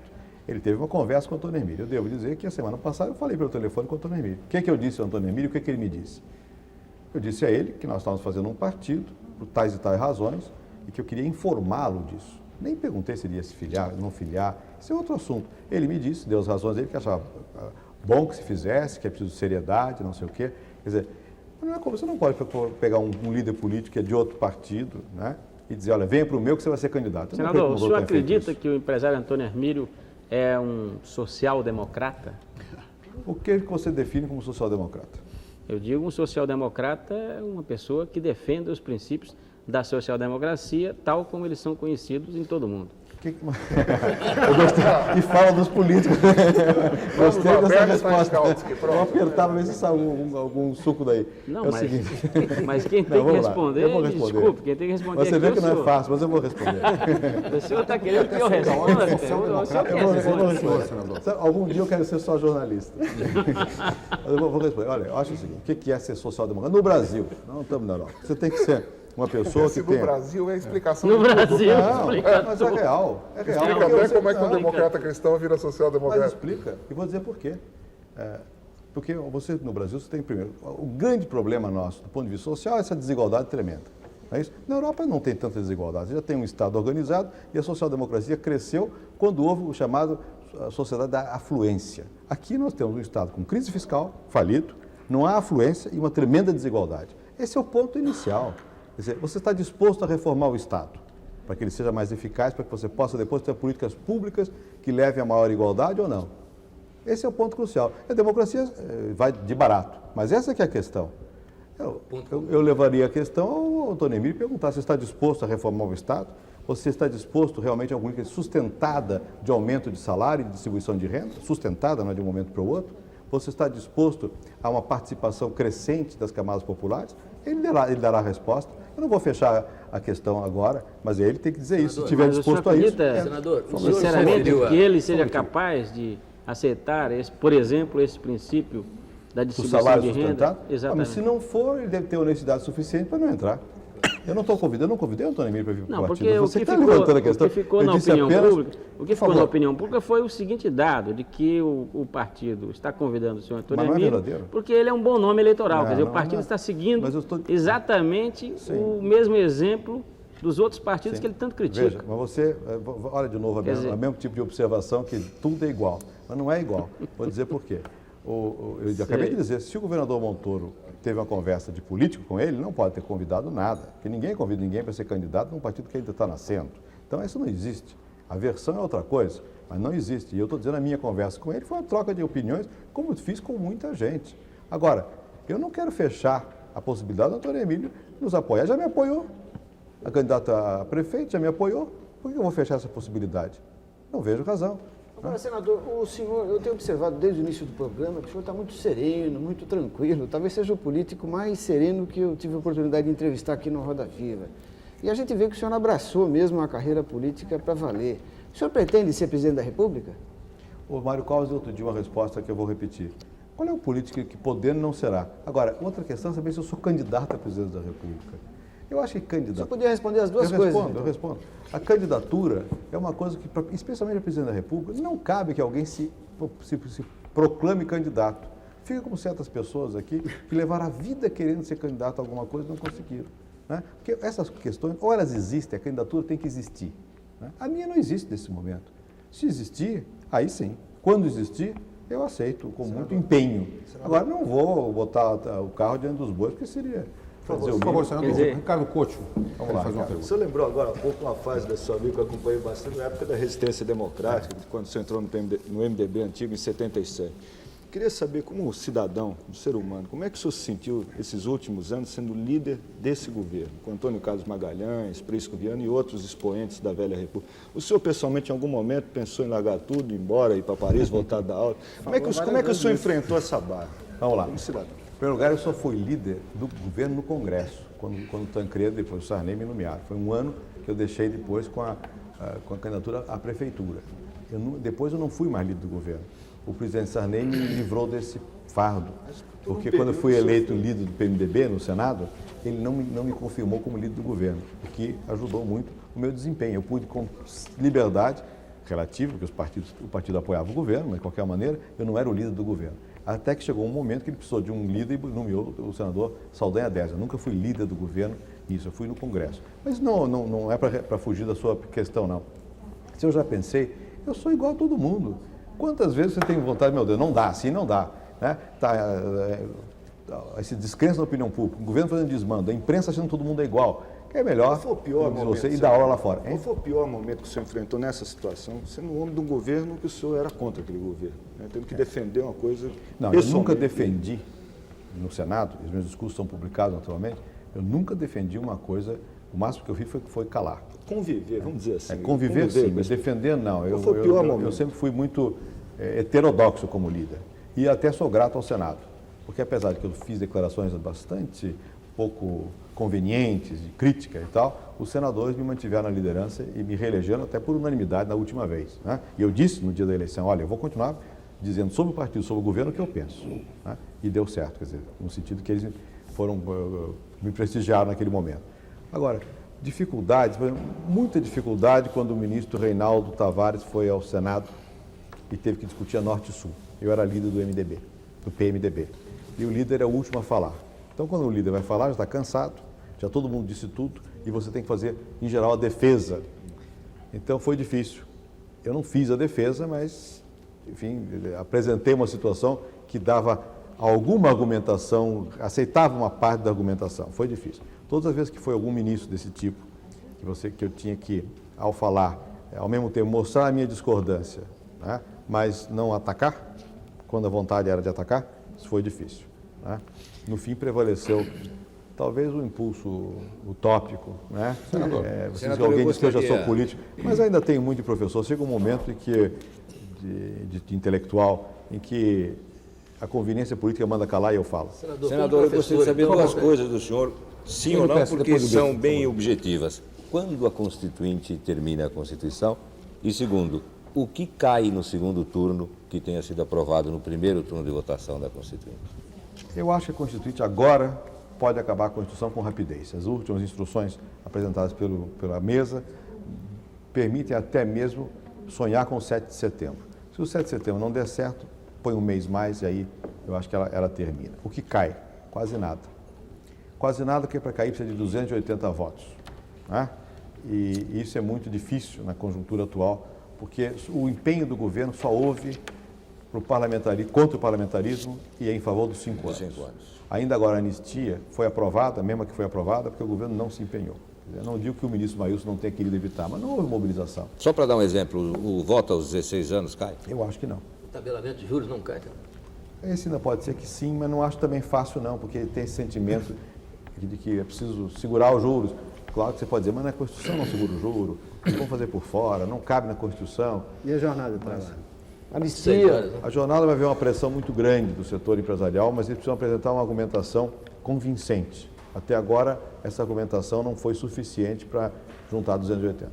Senador, o senhor se referiu à Europa aqui várias vezes. Vocês que referiram. Não, o senhor se referiu para também, conceituar a social-democracia e acabou ficando um pouco não é. É o seguinte, senador, no momento em que a Europa se reúne, não faz 10 dias isso, discutindo, 12 países europeus, discutindo a possibilidade de criação de uma moeda única, né? Discutiram até a possibilidade da criação de um banco central único. Né? Quer dizer, são posturas nitidamente contra esse conceito de nacionalismo, de soberania e de fronteiras, como até então temos considerado. Quer dizer, nesse momento, como é que o senhor vê as ideias nacionalistas expressas na Constituinte e certamente no texto constitucional? Veja, eu acho que essa é uma das questões mais desafiadoras da modernização do Brasil. Ontem, eu estava num jantar com alguns cientistas políticos que estão aqui, o Alain Touraine, Pizzorno, que é um italiano, um russo chamado Zinoviev, que tem uns livros muito interessantes sobre a União Soviética e muito crítico. E estávamos lá e chegou o Fernando Gasparian. E ele estava explicando ao Perry Anderson. Perry Anderson talvez é o promotor da chamada New Left Review, da Inglaterra, né? E tem estudos históricos muito bons. Ele estava explicando para o Perry Anderson que ele tinha desconfiança desse novo partido porque ele era meio entreguista, né? Bom, e aí eu cheguei, o Fernando é muito amigo meu e tal. Não é isso bem assim.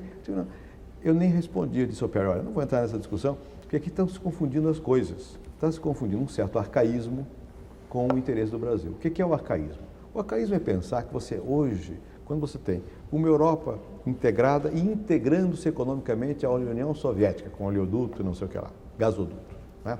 Os Estados Unidos com o Canadá e até o México entrando em outro bloco importante. O Japão com o sudeste da Ásia. A China, grandes polos que se integram e que tem que levam a dinâmica do crescimento econômico. E o Brasil, se pensar como se ele fosse um grande Camboja. Isso é arcaico. Isso não é nacionalismo, isso é atraso, né? Nacionalismo é você se perguntar qual é o interesse do seu país nesse processo. E nesse sentido, na revista do Bardavil, a revista Senhor, houve uma entrevista muito interessante do Inácio Rangel e uma outra também muito interessante de um líder comunista italiano, Giorgio Napolitano. Né? Em que dizia o seguinte, olha, a economia está internacionalizando-se. O problema é saber se eles vão nos internacionalizar ou nós vamos dar as regras do que nós queremos nessa internacionalização. Então é isso que eu acho, nós temos que saber como é que nós damos as regras. Mas nós não podemos ficar numa posição de imaginar, como nos anos 50, de que é possível um desenvolvimento autônomo do Brasil. Não é possível. E aí entramos na questão que eu acho que é crucial, que eu toquei muito de passagem, que é o que o governo inovou. A política industrial tão falada. Para mim, a questão da política industrial não é também o que o governo está abrir o mercado. Vai ter que abrir, vai ter que haver mais competição. Mas não pode abrir tudo, porque aí arrebenta tudo aqui. Tem que ter uma política para saber como é que a gente se internacionaliza, até que ponto. E o principal é a corrida tecnológica. E nós não temos no Brasil uma política educacional. Isso é uma questão dramática. Desde a escola primária, onde a professora ganha mal, portanto, não tem condições nem motivação para ser competente, ensina mal, você tem uma massa de gente semi-alfabetizada, mas até a política tecnológica e científica é muito precária no Brasil. Sem isso, não vai haver possibilidade do Brasil entrar na competição sem perder. Então, eu acho que a modernização do Brasil, que eu acho que é uma tese fundamental e ajuntaria na questão da visão social-democrática, uma visão modernizadora, requer isso. Requer que você não tenha medo do mundo. Para você não ter medo do mundo, você precisa de saber. Hoje, a questão fundamental do poder é também o saber. Se você não tem saber, não tem poder. Senador, o saber na Constituinte, em que nível que o senhor coloca? O saber na Constituinte, nessa matéria, ficou meio canhestro. Né? E o não saber? O não saber na Constituinte ou em geral?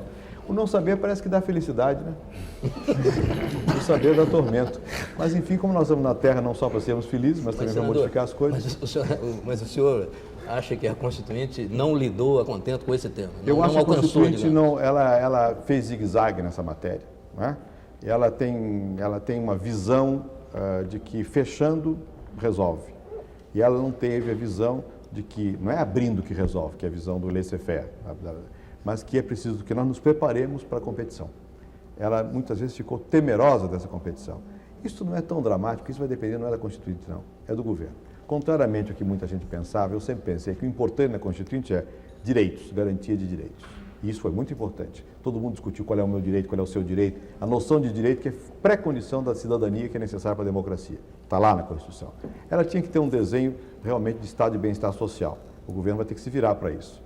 Mas ela não podia ser irresponsável, às vezes foi, não mediu os meios para alcançar, tem que dar prazo, tem que dar tempo para que isso possa ser feito. É importante a reforma tributária, que vai fortalecer os estados e os municípios, democratiza, isso é muito importante, isso está lá. É importante uma visão de um Congresso que seja capaz de controlar, de fiscalizar, isso está lá. A ordem econômica não é definida pela Constituição. Muita gente fica... você pode ver que são muitos princípios retóricos, declaratórios, que não vão mudar a realidade. Agora, você tem lá um direito assegurado, e se você tem mandado de injunção, habeas corpus, habeas data, isso é importante. Então, nesse aspecto, a Constituição avançou. Não me preocupa tanto esses aspectos mais canhestros, em que a ideologia prevaleceu. Muitas questão dos minérios, a questão da definição de empresa nacional, você acha que isso não nos vai ter efeito prático? Nos minérios, o que está aprovado, eu votei a favor do que está aprovado lá, inclusive da última vez, que é uma coisa, a meu ver, correta. Ela não permite a exploração sem que ela induz a industrialização. Ela dá condições, ela requer que a empresa estrangeira que venha para explorar não fique segurando só para reserva de mineral, mas que ela realmente explore. Isso foi positivo, não acho que seja negativo. Então você acha que a legislação atual, mesmo a da Constituinte, ela não impede esse desenvolvimento tecnológico, não impedirá o surgimento de um JK, se houver, de uma política desenvolvimentista na área tecnológica? Acho que não. Aí eu acho que depende muito mais dos políticos e do governo. Agora, isso tem que ser feito. Eu falei aqui de passagem de educação.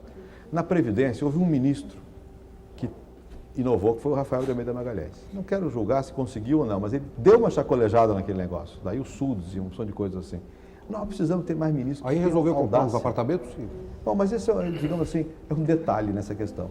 Quer dizer, Nós temos 300 e tantos apartamentos. Sim, eu sei, mas eu acho que vale mais, eu acho que deve analisar como é que foi isso e não foi, não quero defendê-lo de antemão, mas o que conta é o que ele fez de modificação real na política da Previdência.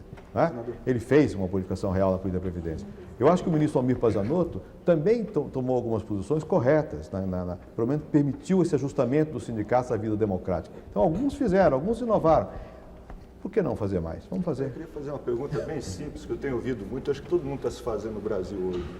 O Brasil aguenta até 15 de novembro de 1989?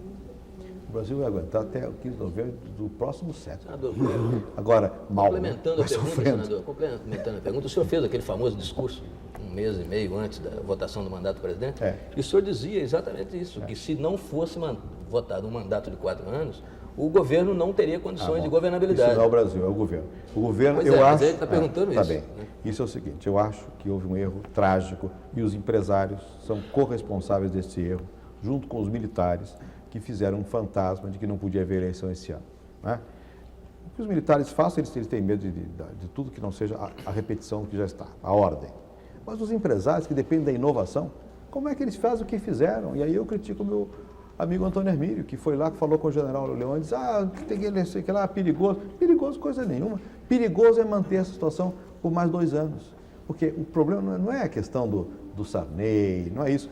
É que as questões centrais do Brasil, quer dizer, que é o investimento, e que é a inovação, e que é a moralização e a reforma, não vão ser feitas. Porque um governo já começa a sucessão. Fosse qual fosse o presidente, teria dificuldades. Este, meu Deus, que não conseguiu em 4 anos, vai fazer num ano. Então era melhor logo a eleição. Porque a eleição permitiria você passar limpo. Não tendo havido eleição, na melhor das hipóteses, aí vem a sua pergunta, isso vai ser, alguma medida vai ser tomada no segundo semestre de 1990. E nós vamos perdendo tempo nisso aí. Senador, O que pesou eu tenho uma mais, foi a dúvida. pressão econômica ou a pressão militar na hora de decidir essa questão? Eu diria que foi mais a econômica, dos empresários, porque eles controlam 100 votos, pela opinião deles que pesa. Eles vacilaram naquele momento. Esse é um tema importante, quer dizer, o nosso empresariado, que modernizou tanto dentro da FAP, não moderniza na sociedade. Não moderniza na sociedade. E sempre eu disse na entrevista à Veja, digo, olha, prefere um governo levemente corrupto do que correr o risco de um governo democrático que tenha apoio popular. Isso é um erro dos empresários. Senador, eu tenho uma dúvida curiosa. O governo sempre diz que a eleição sai muito caro. E eu não consigo entender por quê. Mesária é de graça. A urna já está impressa e se não precisar, se não me engano, é a Antártica que dá. Bota em quartel, escola, todo mundo, quer dizer, não tem de alugar prédio, nada.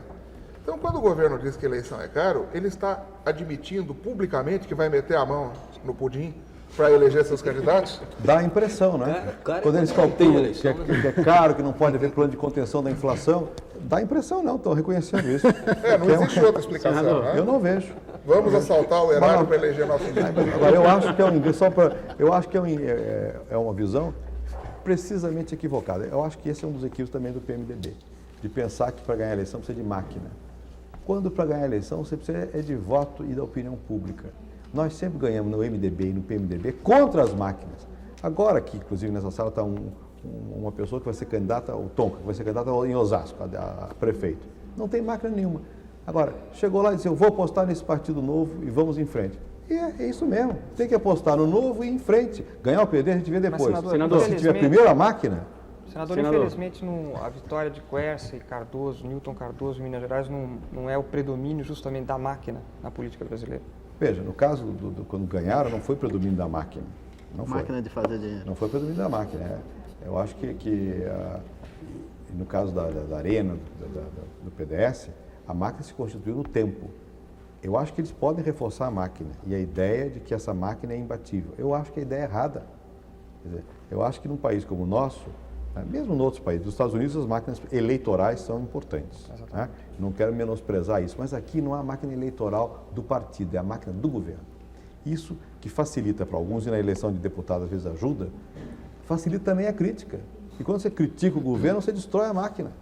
Quando você tem um partido com sua máquina, você critica o governo, a máquina funciona. Aqui não tem isso. A máquina é a do governo. Né? E nós já temos um peso de grande cidade suficientemente palpável para que você faça com a opinião, você leve a população a votar de outra maneira, de uma maneira mais aberta. Eu acredito nisso, e se não acredito, eu vou lutar por isso, de qualquer maneira. Senador, não vou ficar com a máquina. Se o PDS estava no poder. Era eterno. Senador, por falar em meter a mão no pudim, que o nosso colega Brigman falou agora, o senhor está acompanhando o trabalho dessa CPI da corrupção? O senhor acredita realmente que eles têm dados suficientes contra o governo Sarney, a ponto de, ao fim dos trabalhos, apresentarem, por exemplo, uma acusação formal contra o governo Sarney? Veja, você leu, não sei se leu o livro do Gilberto de Menstein? Eu li. É um livro interessante. Por quê? Porque o fundamental nessa CPI da corrupção não é chegar, a meu ver, além de que possa chegar a B ou C, é que ela faz uma radiografia do poder no Brasil e mostra que o poder está baseado nessa troca de favores. É dando que se recebe. Né? Isso é o fundamental. Se se vai colocar, eu acho que com relação ao ministro Aníbal Teixeira, tem uma opção de elementos que induzem a isso, e há vários outros funcionários que podem levar para a justiça. A questão dos decretos também, né? Dos decretos não vai levar a nada.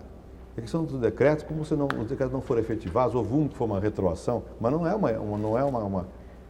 enfim, você não pode botar ninguém na justiça por isso. Né? Os decretos, eu acho que o Aníbal Teixeira foi bastante hábil ali para jogar uma questão que desviou do que seria palpável para chegar no que é imponderável, que são os decretos. Né? O decreto houve um decreto que é inaceitável. Agora, a correção das dívidas foi feita em quase toda a parte. Né? Foi errado? Foi errado. O modo de fazer foi errado. Né? Mas eu acho que o que é importante nessa comissão não é só mostrar que A, B, ou C e D são corruptos, mas é mostrar que o sistema todo leva a isso e se repete. Por isso que eu acho que se não houver uma reforma do Estado, não vai. Senador, por favor, Ricardo Couto, nós estamos no fim do programa, uma pergunta bem curta que depois o Mix faz a dele e nós encerramos. De 85, eu estava no Rio, os colegas lá não conseguiam entender a sua derrota para o Jânio Quadros na eleição para a prefeitura. Como sociólogo e como político, 3 anos depois, que análise o senhor faz dessa derrota? Por que o senhor acha que isso aconteceu, que surpreendeu o país inteiro e os institutos de pesquisa? Qual foi o motivo? Surpreendeu mais os institutos de pesquisa. Bom, eu acho o seguinte, em primeiro lugar, nas alianças políticas, houve um momento em que nós começamos a perder. Foi no momento em que eu era líder naquele tempo do PMDB, que estava da Aliança Democrática, em que a aliança se cindiu. No momento em que pessoas como Olavo Setúbal passaram para o Jânio, a base de sustentação tremeu. Isso levou também, disse o Olavo, são vários, né? Isso levou também uma parte da imprensa a se deslocar, né? Se não me criticar, e uma parte até jogou até matérias marrons para diminuir a possibilidade da minha vitória, né? Isso abalou. Em segundo lugar, dentro do PMDB houve muita vacilação. O governador Quércia, quando começava a alçar voo, mandou uma carta destrutiva da campanha para jogando as pessoas no desânimo, né? Então internamente tinha problemas. E depois o desempenho, porque eu não posso imaginar que foi tudo por culpa dos outros, né? O desempenho meu também não foi o que devia ser em vários momentos, né? Com 2 turnos o senhor teria ganho? Com 2 turnos teria ganho, acho que teria ganho. E nesta eleição municipal vai ter 2 turnos? Porque está uma confusão. Está uma confusão. Eu acho que a Constituição vai votar pelos 2 turnos. Então eu acho que são esses fatores. Houve uma questão política e, de novo, as forças conservadoras preferiram dar injeção de óleo canforado em alguém do que, quem sabe, arriscar nesse cidadão, quem será que ele é? Né? E aí vem as insinuações e não sei o quê, esse tipo de pergunta que leva à confusão. Né? Senador, que fim levou a República de Biúna? O que você chama da República de Biúna? Aquele grupo que gravitava em torno do senhor em sua casa. Em mim, em minha casa, eu parece que eu sou... Pereira, Funaro. Não, o Dilson não. O Dilson não é de Biúna. Quem é de lá, quem tem é o Bresser, né? Serra, Zé Gregório, né? Bom, nós estamos... O Bresser está no novo partido. Serra está no novo partido. Eu estou no novo partido. Senador, o Zé Gregório está em trânsito. Senador, Senador, por favor, para encerrar o programa, uma pergunta do jornalista Fernando Mitti, que o nosso tempo está esgotado. é o seguinte, a social-democracia nós discutimos um pouco aqui, mas a conceituação acabou não ocorrendo, né? Bom, há um ponto na social-democracia que, independentemente de onde ela está, se no Brasil ou na Europa, é fundamental, ela precisa de riqueza, né? A social-democracia se realiza através da riqueza, precisa redistribuir alguma coisa, então tem que existir alguma coisa. O Brasil, hoje, o Estado está falido, né? O investimento está parado, nós precisamos ainda modernizar a nossa economia, etc. Quer dizer que a social-democracia ainda é um sinal assim distante, uma coisa para acontecer num futuro, talvez não a médio prazo, talvez a longo prazo? Como é que o senhor vê isso? Com uma diferença, que você não pode hoje em dia imaginar que os países vão repetir a história dos que se desenvolveram primeiro. As pessoas querem já o que os outros obtiveram ao longo do tempo. É isso? Na Europa foi ao longo do tempo, agora aqui no Brasil você não pode dizer, espera que depois você vai ter, as pessoas querem já. Então a social-democracia no Brasil, né, essa palavra, o título do partido, leva a essa discussão que não sei se é central, mas aqui ela exige pressa, né? Um sentimento de pressa e uma noção de responsabilidade. Quer dizer, você não pode pensar só na distribuição, porque isso dá inflação, populismo. Tem que pensar, e por isso que eu falo de tecnologia, investimento, tem que ter empresário, né? Você tem que dar uma política para os empresários, porque senão você não tem esse crescimento, né? Então, eu acho que tem que fazer isso e com pressa. Não pode ser o partido simplesmente da distribuição, que é o que normalmente se pensa. Ele tem que cuidar também da produção. Não tem outro jeito. Então, a modernidade de uma posição social-democrática no Brasil exige isso. Pressa, tecnologia, criatividade e organização. Reforma do Estado, para poder fazer políticas públicas que levem à igualdade. E requer que você entenda que isso é no tempo. Você não faz assim de repente tem. Vai demorar. Mas tem que sinais sensíveis já. Senador, para encerrar, uma última pergunta. Alguns telespectadores a fizeram. O Francisco da Silva da Bela Vista e especialmente a Olga Galan, que se diz que é sua ex-aluna, mora no Paraíso. Após a perda das eleições à Prefeitura de São Paulo, hoje o senhor acredita em Deus? É engraçado que é a segunda vez nesse mesmo programa que pergunta a mesma coisa. E você vê como são certas coisas que ficam assim como obsessão. Eu gostaria que repetissem o que eu disse na televisão Globo naquele dia e o que saiu depois. O que saiu é que eu não acreditava em Deus, o que eu disse não foi isso. Você acredita no diabo? O que eu disse foi outra coisa. Eu disse que não se devia levantar questões dessa natureza numa campanha política, que elas eram de foro íntimo e que tinham que perguntar ao candidato a prefeito se ele respeitava as religiões ou não e que eu tinha dado provas práticas de que sim. Depois eu já disse tantas vezes que eu acredito no infinito, no amor, na eternidade e Deus é isso. Muito obrigado, senador. Nosso tempo está esgotado. Nós agradecemos a presença do senador Fernando Henrique Cardoso, dos nossos convidados, e o programa Roda Viva fica por aqui. Voltamos na semana que vem. Uma boa noite a todos.